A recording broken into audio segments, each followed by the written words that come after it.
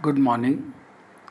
I'm Dr. Sanjay Jain, Associate Professor in Mathematics at SPC Government College Ajmer. Today we are taking 7th lecture of queuing theory. Before that, we are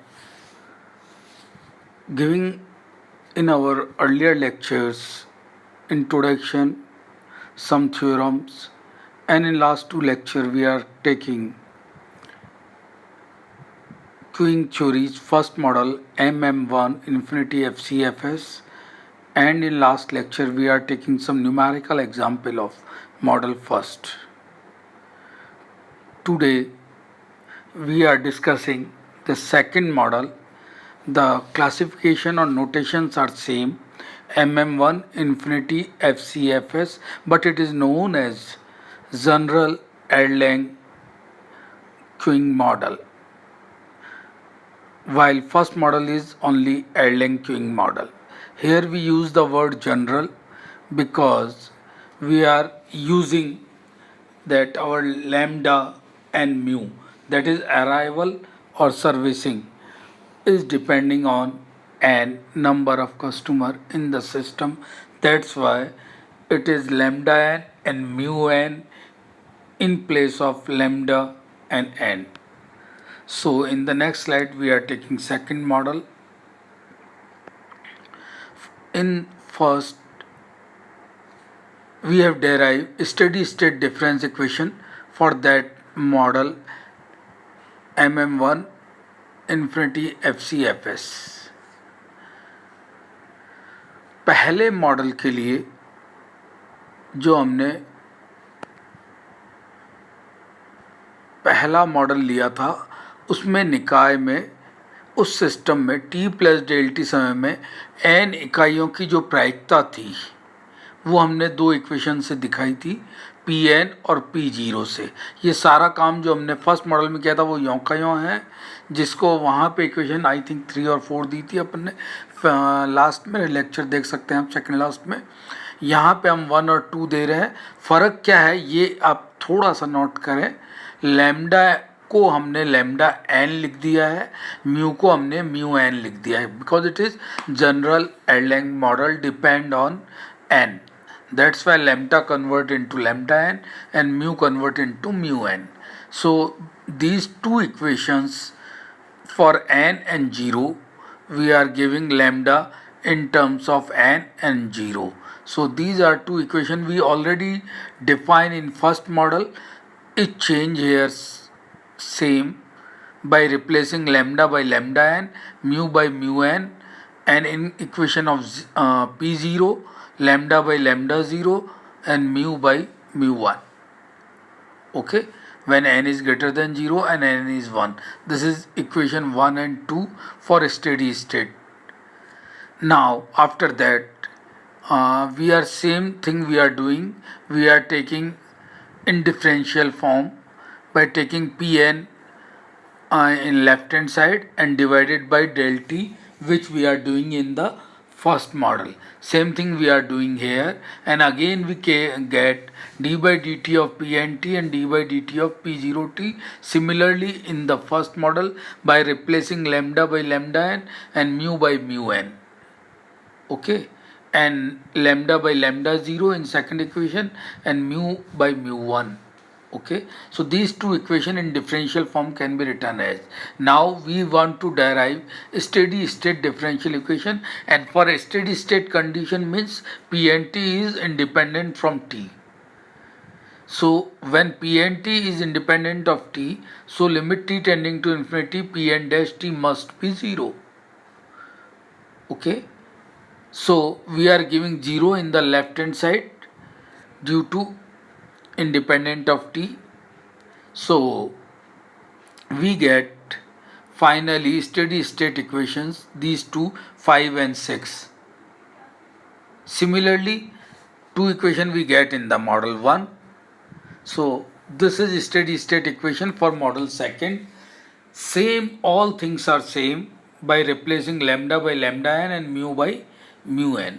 Now we want to solve the system how we solve these difference equations. Okay, what we are doing for solving these differential equation, from the last equation, that is equation number 6, we can write P1 is nothing but lambda 0 upon mu 1 P0 by taking left hand side, right hand side and cross multiplication. We get this equation. Okay, and by substituting n equals to 1 in equation 5, we get P2 is equal to this one, and substituting in place of uh, P1 again P0. Okay, so here by substituting P1 P0 we get equation 8. P2 is in terms of P0 lambda 0 lambda 1 upon mu 1 mu 2. Okay, so this is a system. When we are using P1 we have one terms lambda 0 upon mu 1. When we have P2 we have two terms lambda 0 lambda 1 in numerator, mu 1 mu 2 in denominator. These are the two terms for 2. Similarly for 3, substituting n is equal to 2, we get P3 is equal to lambda 0 lambda 1 lambda 2, 3 terms in the numerator and 3 terms in the denominator, mu 1 mu 2 mu 3 P0. So this is P3. If we generalize it for Pn similarly, so what we are getting, n terms in numerator and n terms in denominator. So Pn is nothing but lambda 0 lambda 1 up to lambda n minus 1, because what we are seeing in P3 we get last term in numerator is lambda 2, one term less than in the Pn. So here we get, when Pn we get lambda n minus 1, but in denominator the same term is the last.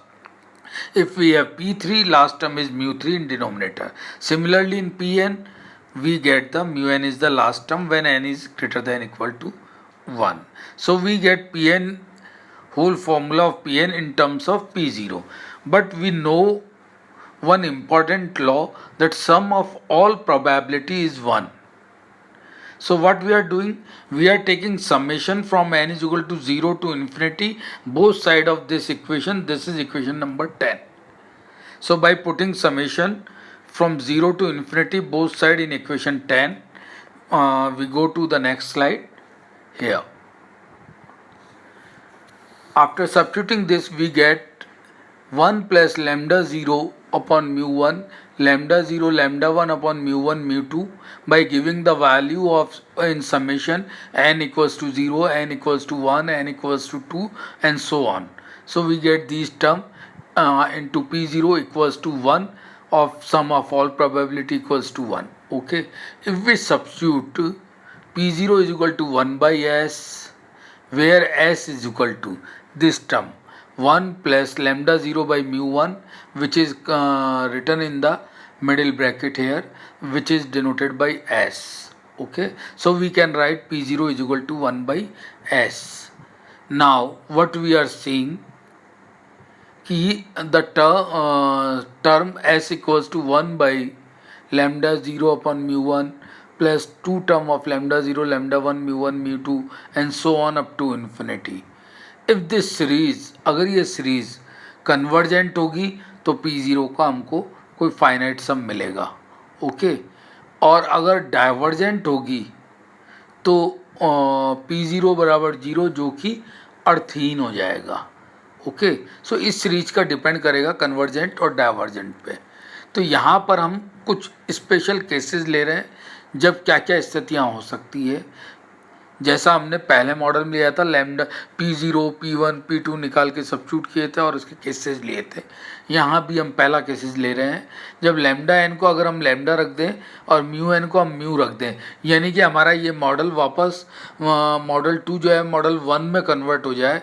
तो हम इसमें जब substitute करेंगे तो वापस हमें, आप जब देखेंगे कि हमें मॉडल 1 ही प्राप्त हो जाएगा, जो कि निदर्श 1 में देखा जा चुका है कि सीरीज एज अभिसारी होगी और lambda by mu less than 1 होगा और अभिसारी होगी तो उसका एक फॉर्मूला हमें मिल जाएगा P0 की वैल्यू से. तो ये हमारा पहले मॉडल में कन्वर्ट हो जाएगा वापस से.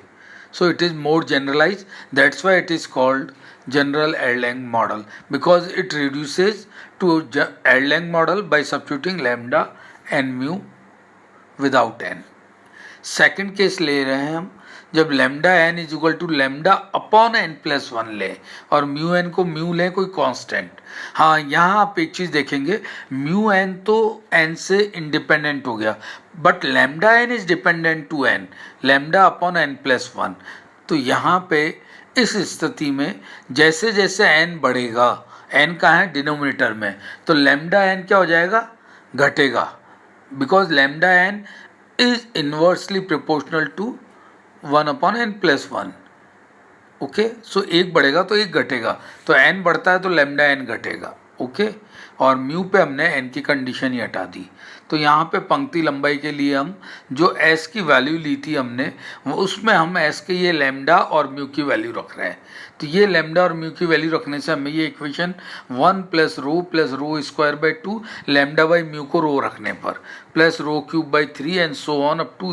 तो ये जो सीरीज बनी है ये ई की पावर रो की बन गई है. तो जो हमने पहले उसमें माना था, ये ऊपर इक्वेशन में P0 is equal to 1/s, वो किसके बराबर आ रहा है, ई की पावर माइनस रो. ओके, तो जब हम P1 निकालेंगे तो होता था लेमडा 0 अपॉन म्यू 1 P0 और लेमडा बाई म्यू क्या हो रहा है, रो. सो ये बन जाएगा हमारा रो और P0 की वैल्यू है ई की पावर माइनस रो. इसी तरह से P2 निकालेंगे हम, तो ये रो स्क्वायर बाई फैक्टोरियल 2 ई की पावर माइनस रो आ रहा है.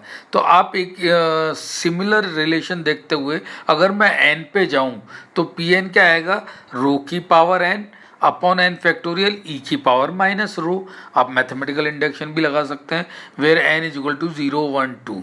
तो यहाँ पे हम देख रहे हैं ये जो रिलेशन आया है P n is equal to rho की power n over n factorial e की पावर माइनस रो, ये एक तरह से पॉइजन डिस्ट्रीब्यूशन का पीडीएफ को फॉलो कर रहा है. इसलिए ये पॉइजन बंटन भी हम ले सकते हैं और पॉइजन बंटन भी कह सकते हैं जब लैम्डा डिपेंड कर रहा हो एन पे और म्यू इंडिपेंडेंट हो एन से. ये स्पेशल हमने एक केस और लिया था. अब हम एक और केस ले रहे हैं जिसमें लैम्डा एन तो लैम्डा है, लैम्डा एन पे डिपेंडेंट नहीं है और म्यू एन एन म्यू है, एन से मल्टीप्लाई हो रहा है. ये केस क्या हो गया हमारा, केस सेकंड का अपोजिट हो गया. केस सेकंड में लैम्डा एन पे डिपेंडेंट था और म्यू नहीं था. केस 3 में लैम्डा डिपेंडेंट नहीं है एन पे और म्यू डिपेंडेंट है एन पे. तो हम लैम्डा और म्यू को एस में रख देते हैं जो हमने माना है यहाँ पे, और वो रख के हमारी वापस वही ई की पावर रो बन रही है कंडीशन. तो यहाँ पे P0 इज इक्वल टू ई की पावर प्लस रो बन रही है, पॉजिटिव रो.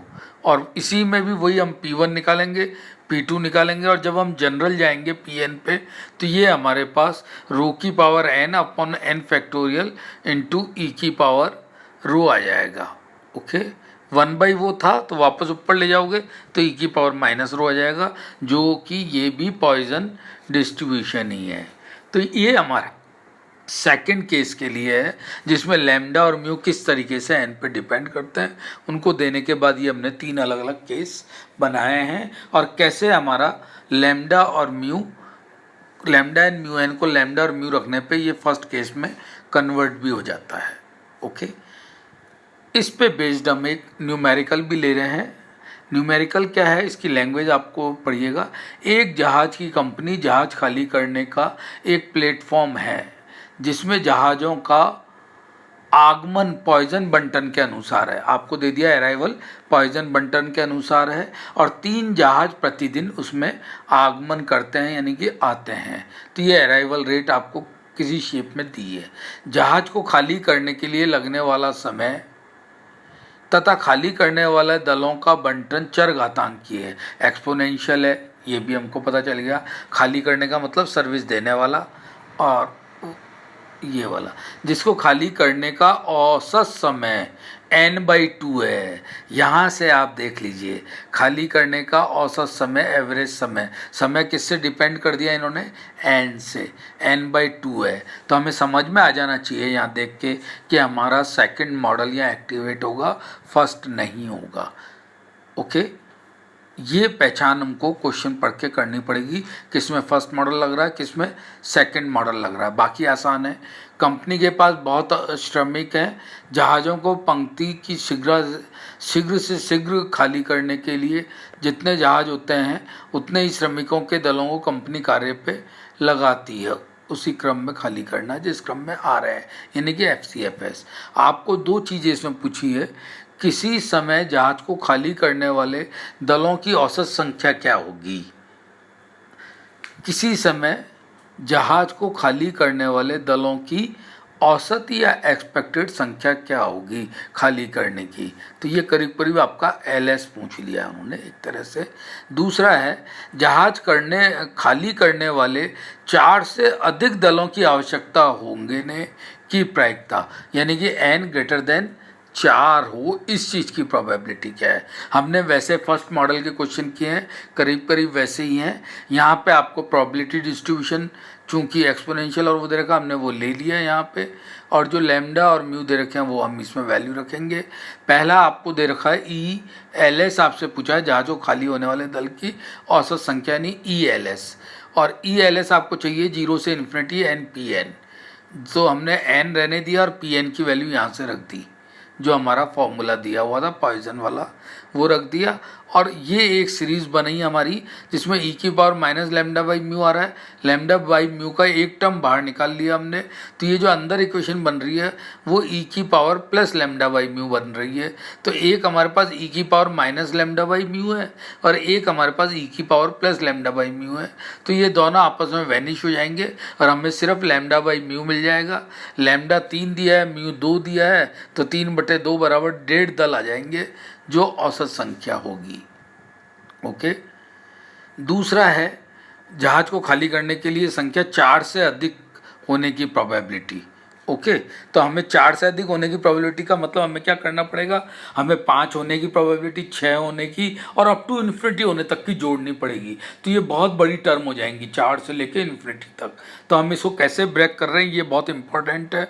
यहाँ आप देखें हमें 5 से लेके इन्फिनिटी तक चाहिए 4 से बड़ी होने के लिए। तो हम इसको ऐसे लिख सकते हैं, 2 भागों में ब्रेक कर रहे हैं हम इसको। हम 0 से इन्फिनिटी वाला ले रहे हैं क्योंकि हमें पता है sum of all probability under summation 0 to infinity is 1। Okay, so ये तो 1 हो जाएगा। अब इसमें से हम लेके 0 से 4 तक की घटा दें तो अपने आप हमारे पास कितनी बच जाएगी, 5 से इन्फिनिटी वाली। और 0 से 4 वाली में हमें कितनी मिलेंगी, 5 टर्म मिलेंगी। सिर्फ 5 टर्म लिखना आसान है, और जबकि 5 से इन्फिनिटी तक लिखना बहुत बड़ा काम है। तो ये काम हम इसको 2 में ब्रेक कर रहे हैं और पहली प्रोबेबिलिटी को हमने 1 लिख दिया और P0 से लेके P4 तक हमने वैल्यू रख देनी है इसमें। तो ये 1 यों का यों आ गया और सब P0 में आएगा। हम P0 को बाहर कॉमन ले लेंगे और P0 की वैल्यू हमें पता है कि पर माइनस लैम्डा बाई म्यू, और इनकी वैल्यू हमने ये अंदर रख दी। ओके, और लैम्डा बाई म्यू की वैल्यू हमने 3/2 निकाली है, वो रख दी। और ये सारा रख के जब सॉल्व किया तो ये आ रहा है 0.019। तो ये दोनों न्यूमेरिकल हमने जो इस क्वेश्चन में दिए हुए थे वो बहुत ही आसानी से वही ELS और प्रोबेबिलिटी n बराबर 4 से ज़्यादा होने की हमने यहाँ सॉल्व करी है। चूँकि ये डिस्क्रीट डिस्ट्रीब्यूशन मानते हुए किया तो हमें समेशन में करना पड़ा, और समेशन में हमने कैसे ब्रेक किया है ये आपने देखा है। तो आज के लिए